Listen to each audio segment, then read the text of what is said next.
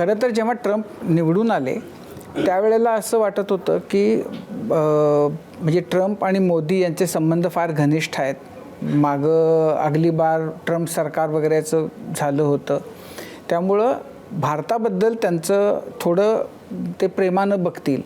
पण असं दिसतंय की ते म्हणजे तिथं जे इल्लिगल इमिग्रंट्स म्हणून ज्यांना पकडलं तर भारताच्या लोकांना त्यांनी म्हणजे जसं काही ते कैदी आहेत हातात पायात बेड्या घालून त्यांनी पाठवलं.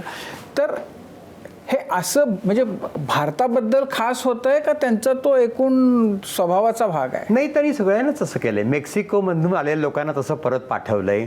आणि मी जी 7 कलमं त्यांच्या विरुद्ध लादली होती त्यातलं एक कलम असं होतं की त्यांनी ड्यू प्रोसेस, म्हणजे आमच्या जे डेमोक्रेसीचा एक भाग आहे ड्यू प्रोसेस.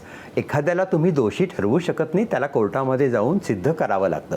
त्याला जी आपण ड्यू प्रोसेस म्हणतो ती त्यांनी दिली नाही या लोकांना. काही लोकांना त्यांनी नुसतं पकडलं, रस्त्यावरती पकडलं, घरामध्ये पकडलं आणि त्यांना सरळ देशाच्या बाहेर एल साल्वादोरमध्ये प्रिझनमध्ये टाकलं. हे जे ड्यू प्रोसेस न देता ज्या गोष्टी केल्या आणि मग आम्ही कोर्टामध्ये गेलो ट्रम्पच्या विरुद्ध आणि कोर्टानं निर्णय दिला आम्हाला की तुम्ही ट्रम्प जे करतायत हे इल्लिगल आहे, अनकॉन्स्टिट्युशनल आहे.